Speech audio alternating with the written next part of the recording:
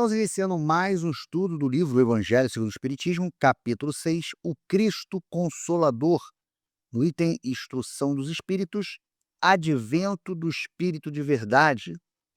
E aí, pessoal? No vídeo de hoje, a gente vai bater um papo reto sobre um dos textos mais fortes do Espiritismo, a Mensagem do Espírito de Verdade de 1860.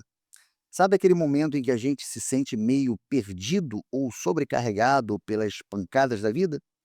Pois é, esse texto foi escrito justamente para dar um norte e mostrar que ninguém está sozinho nessa caminhada. A ideia aqui é entender como o espírito funciona como uma lanterna na nossa mão, ajudando a gente a enxergar o que realmente importa e parar de cair nas mesmas armadilhas de sempre.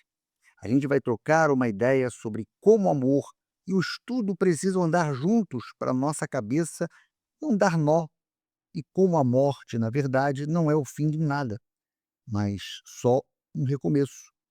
Então, respira fundo, abre a sua mente e vem com a gente mergulhar nessas palavras, que são um verdadeiro abraço na alma e uma corda para a nossa inteligência.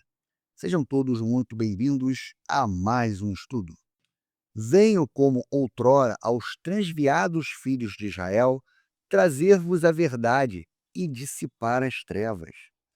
Então veja que aqui Kardec faz um paralelo com Jesus ao citar os filhos de Israel. O Espírito de Verdade estabelece uma continuidade direta com a missão de Jesus. Ele se apresenta não como o criador de algo novo do zero, mas como o portador da mesma luz que tentou guiar a humanidade há 2000 anos atrás.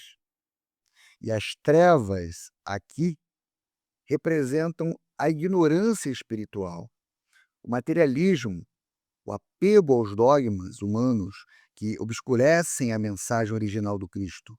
O objetivo é a claridade racional. O Espiritismo, como fez antigamente a minha palavra, tem de lembrar aos incrédulos que acima deles reina a imutável verdade, o Deus bom, o Deus grande, que faz germinem as palavras e se levantem as ondas. Então veja que aqui nós temos um combate ao orgulho humano, porque o texto ele confronta a incredulidade, o ateísmo, o ceticismo materialista.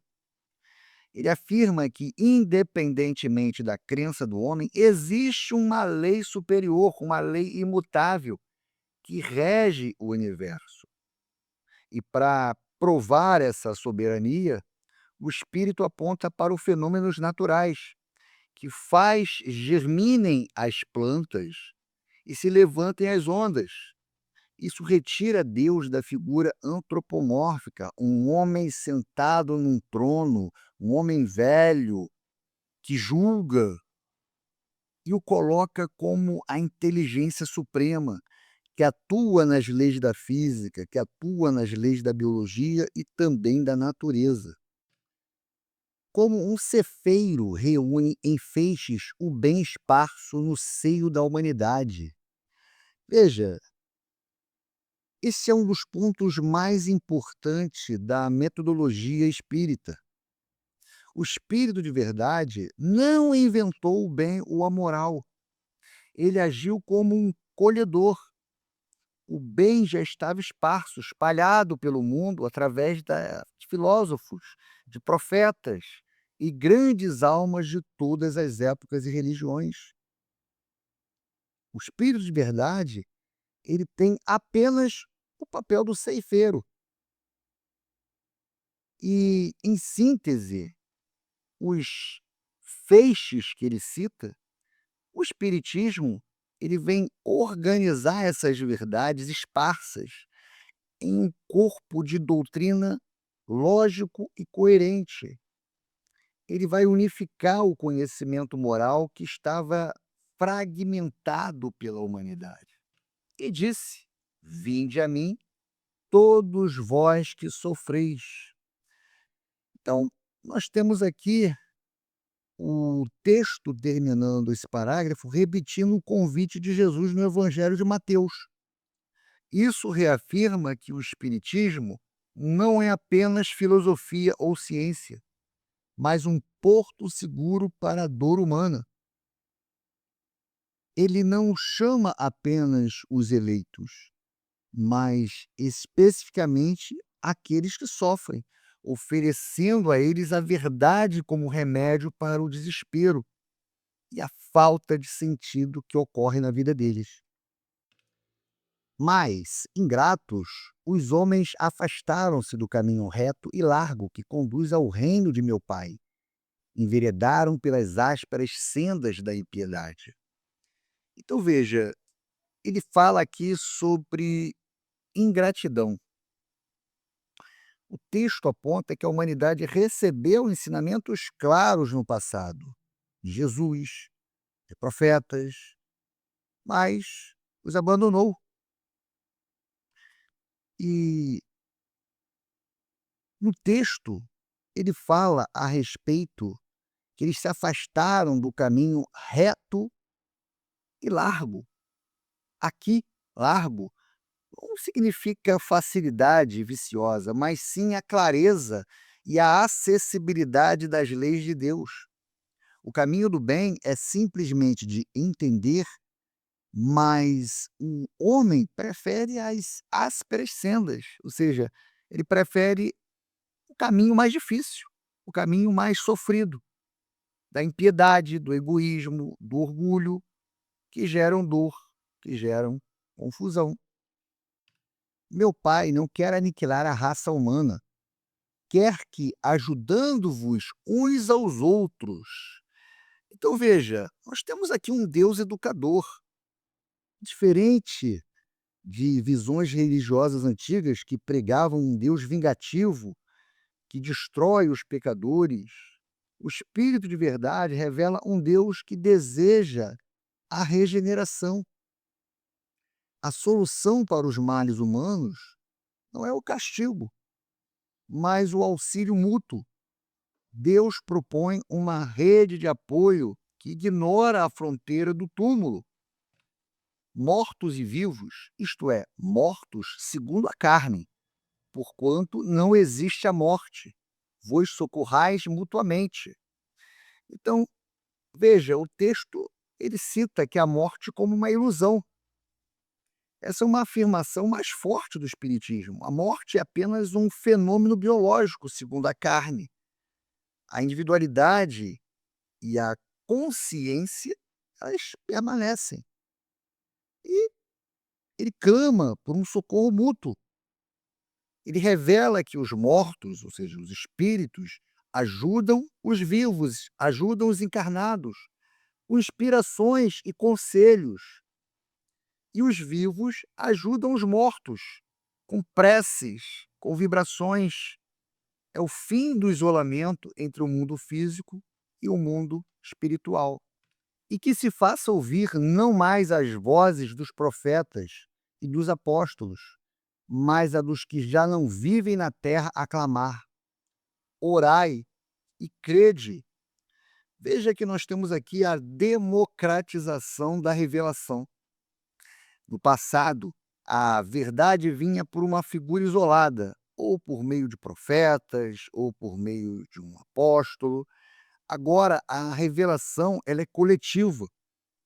São os nossos entes queridos, os nossos amigos, os nossos irmãos espirituais que vêm falar diretamente conosco. Há um clamor universal.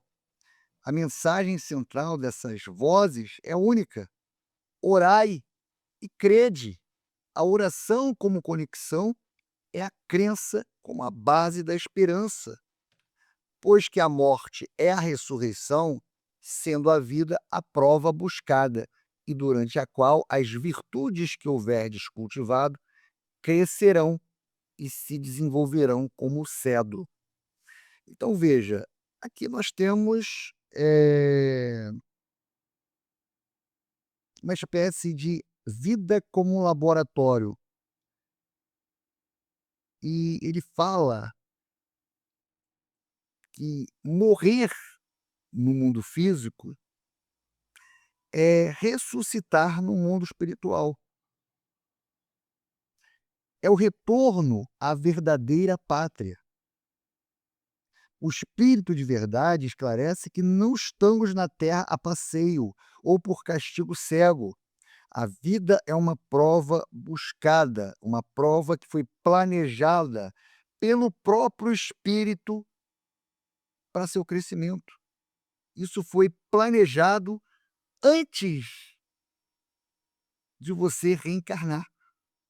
Tudo que você vai passar, quem você vai se relacionar, quem são as pessoas, os problemas, os conflitos, o que você tem que resolver, tudo isso foi planejado previamente.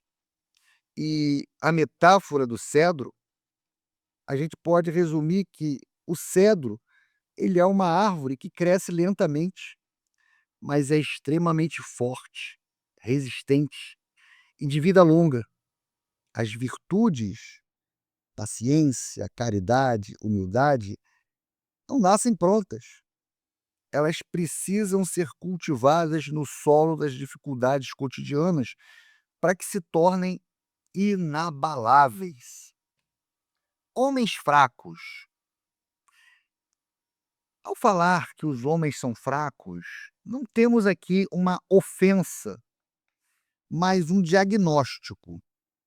A fraqueza aqui não se refere à falta de força física, mas à fragilidade moral e à oscilação da vontade humana. Somos considerados fracos porque ainda sucumbimos facilmente ao egoísmo, ao orgulho, às paixões imediatas. E ao nos achar fracos, o espírito nos lembra que não somos autossuficientes em nossa evolução e que precisamos do auxílio das leis divinas. Somos dependentes da ajuda superior para não nos perdermos. Que compreendeis as trevas das vossas inteligências. Temos aqui um limite do intelecto. Este é um ponto crucial. O texto reconhece que o ser humano é inteligente, capaz de criar tecnologia, ciência, arte, mas essa inteligência está em trevas no que diz respeito às questões da alma. Muitas vezes, o homem acredita que sabe tudo porque domina a matéria, mas o espírito alerta que, sem a visão espiritual, a nossa razão é limitada, ela é incapaz de enxergar o objetivo. Não afasteis o facho que a clemência divina vos coloca nas mãos. Então, veja, o facho, ou seja, a tocha, representa o espiritismo ou a terceira revelação. É a luz da razão aliada à fé. Deus, em sua clemência, em sua misericórdia, ele não nos deixa no escuro. Ele nos entrega uma ferramenta de iluminação.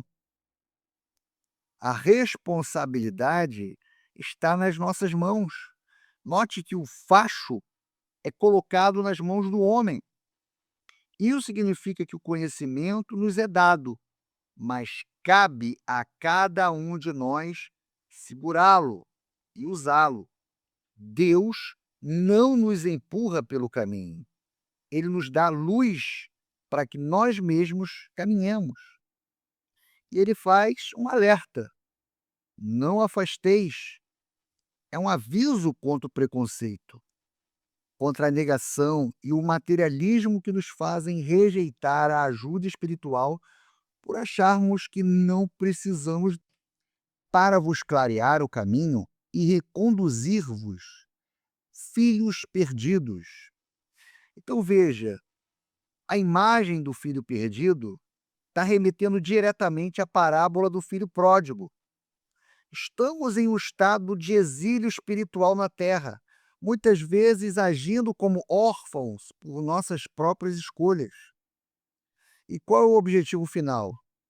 A luz não serve apenas para ver, mas para reconduzir. O conhecimento espiritual tem uma finalidade prática: levar o espírito de volta ao equilíbrio, à paz, à sintonia e ao regaço de vosso Pai. Então, o regaço, ou seja, o colo, simboliza o estado de plenitude espiritual, representa o momento em que o espírito, após superar suas provas e se iluminar pelo esforço próprio, ele reencontra a harmonia com as leis de Deus. É o fim da angústia, é o fim da solidão espiritual. Então veja que o espírito de verdade nos convida a reconhecer que nossa visão de realidade ela é limitada e que o espiritismo é uma oportunidade de misericórdia, de iluminação. Ele nos exorta a não sermos orgulhosos a ponto de rejeitar essa luz, pois ela é o único meio de guiar nossos passos de volta à nossa verdadeira origem espiritual. Sinto-me por demais tomado de compaixão pelas vossas misérias, pela vossa fraqueza imensa. Então veja que aqui o espírito de verdade não fala de um patamar de superioridade fria. Ele reconhece a nossa fraqueza imensa, nossa dificuldade em domar o ego e as paixões. E ele deixa a mão estendida. Ele se apresenta como alguém que estende a mão. Isso simboliza que o espiritismo não é apenas um conjunto de regras, mas um auxílio direto do plano espiritual para impedir que o homem se afunde em seu próprio desespero, para deixar de estender a mão socorredora aos infelizes transviados que, vendo o céu, caem nos abismos do erro. Então veja, aqui representa a nossa aspirações superiores. Todos nós temos momentos de lucidez em que desejamos ser bons, ter paz, compreender Deus.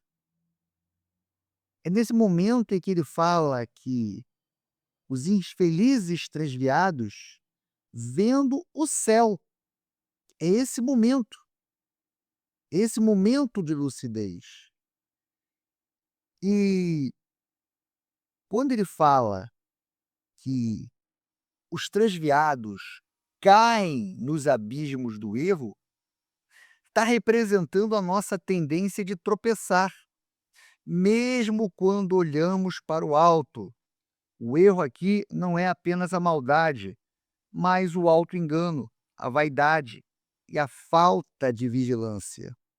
O espírito lamenta que o homem, mesmo tendo vislumbres da verdade, ainda se deixa levar por caminhos disto. Crede, amai, meditai sobre as coisas que vos são reveladas. Então, quando ele fala crede, significa tenha fé, mas não uma fé cega, mas a confiança na justiça divina. Quando ele fala amai, não é qualquer amai, é um amai com caridade, é a aplicação na prática da fé, do relacionamento com o próximo.